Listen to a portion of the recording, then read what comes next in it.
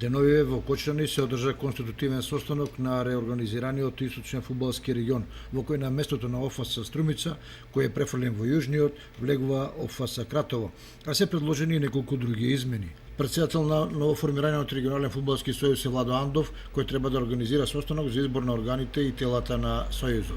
Една од најзначајните задачи на овој сојуз е организирањето на првенството во третата Лига Исток, за која за предстојното првенство се пријавени 8 екипи, меѓутоа се остава можност лигата да се надополни со уште 1 до 2 клуба кои најавуваат интерес за надпреварување.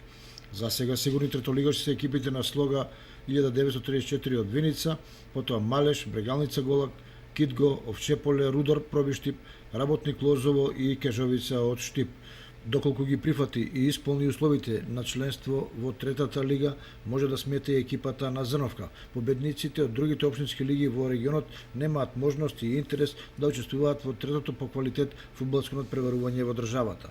Инаку новото првенство ќе се игра по трокружен систем, а ќе започне на 3 септември. Во меѓувреме ќе се утврди котизацијата која клубовите мора да ја платат, а потоа ќе се изврши жребувањето за формирање на споредот за новата фудбалска сезона.